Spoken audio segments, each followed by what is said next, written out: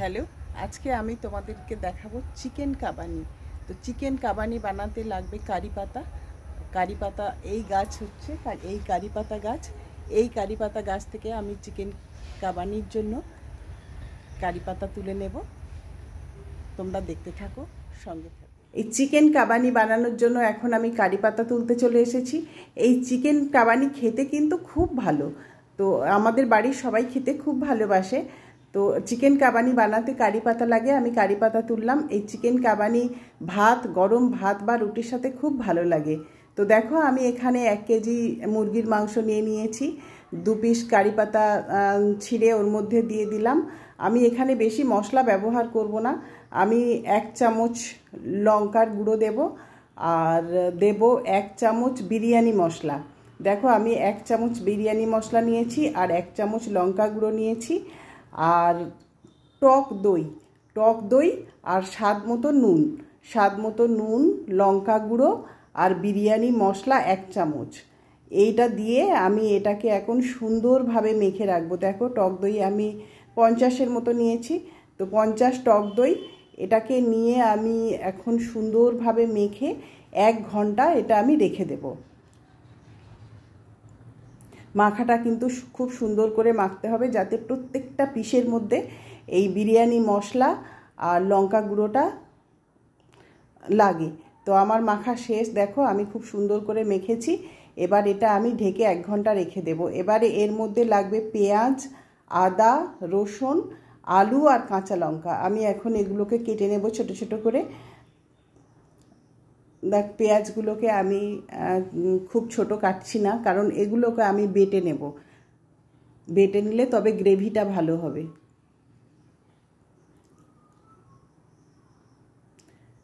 একটা পেঁয়াজকে আমি একদম ছোট ছোট করে কাটলাম, যেটা আমি প্রথম তেলের উপরে দেব।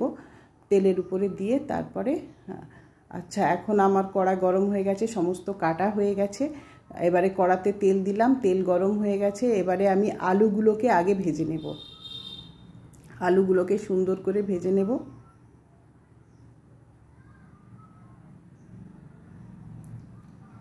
তো আলুগুলোকে ভাজতে গেলে তেলটাকে ভালো করে গরম হতে হবে, না হলে কিন্তু কড়াই লেগে যাবে।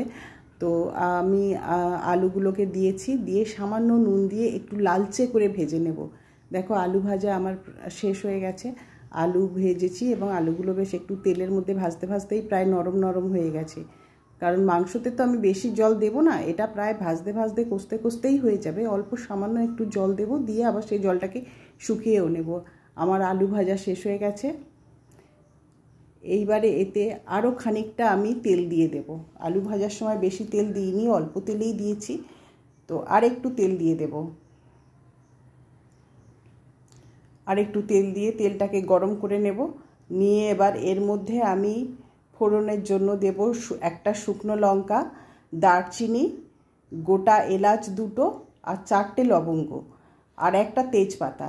এইটাকে নিয়ে আমি তেলের উপরে দেব। তেলের উপরে দিয়ে ওগুলো যখন একটু ভাজা ভাজা গন্ধ ছাড়বে, তারপরে দেব আমি আদা, রসুন, পেঁয়াজ, কাঁচা লঙ্কা একসাথে বেটে রেখেছি।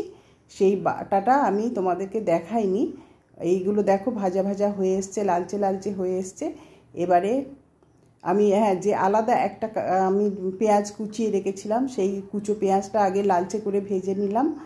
লালচে করে ভেজে নেওয়ার পর তারপরে আমি বাটাটা দেব। দেখো, আমি এখন বাটাটা দিয়ে দিলাম। বাটাটা ভাজা হচ্ছে, সুন্দর করে ফ্লেমটাকে বাড়িয়ে এটাকে ভাজতে হবে। যখন দেখবে তেল ছাড়া ছাড়া হয়ে গেছে, দেখো আমি ভাজছি সুন্দর করে, ভাজা চলছে এখনও। তো আমার এখন দেখো প্রায় তেল ছাড়া ছাড়া হয়ে আসছে, এখনও একটু বাকি আছে। তো যতক্ষণ না তেলটা পুরোপুরি ছাড়বে ততক্ষণ কিন্তু এটাকে ভেজে যেতে হবে। এটা ভাজা শেষ হয়ে এলে তখন দেখবে সুন্দর একটা গন্ধ ছেড়েছে। তো আমার ভাজা শেষ হয়ে গেছে। আমি মুরগির মাংস যেটা মেখে রেখেছিলাম সেটা আমি ওর মধ্যে দিয়ে দিলাম, দিয়ে সামান্য আরেকটু নুন দিলাম। তো আগে একটু নুনটা একটু কম দিয়েছিলাম, এখন মশলার মতো আরেকটু নুন দিয়ে দিলাম। দিয়ে এটাকে সুন্দরভাবে কষিয়ে নিচ্ছি। কষাতে কষাতে দেখবে একটু জল ছাড়বে, সেই জলটাকেও শুকিয়ে নিতে হবে।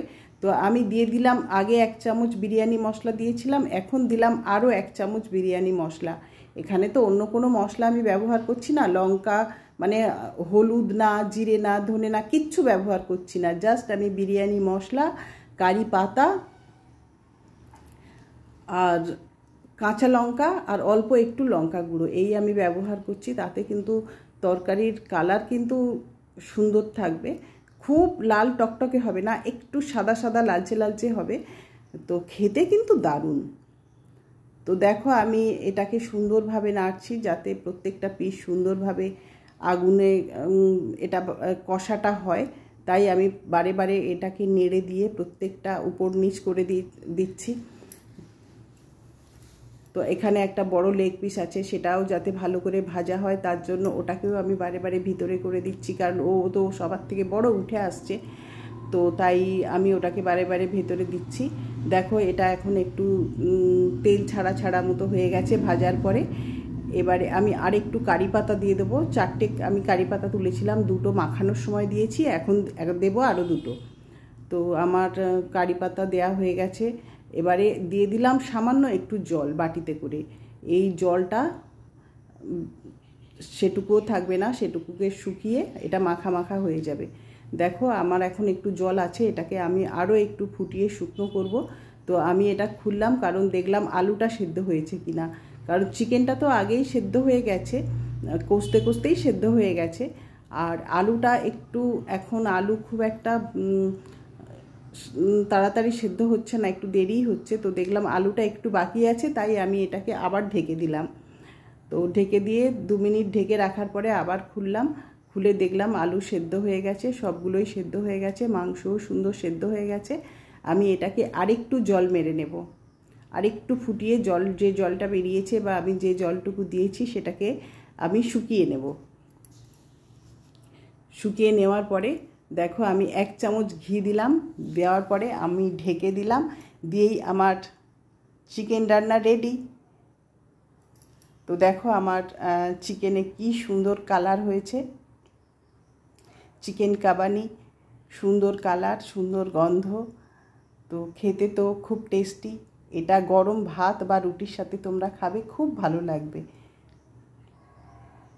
তো দেখো আমার চিকেন কাবানি ফুটছে, কত সুন্দর কালার একটা এসেছে।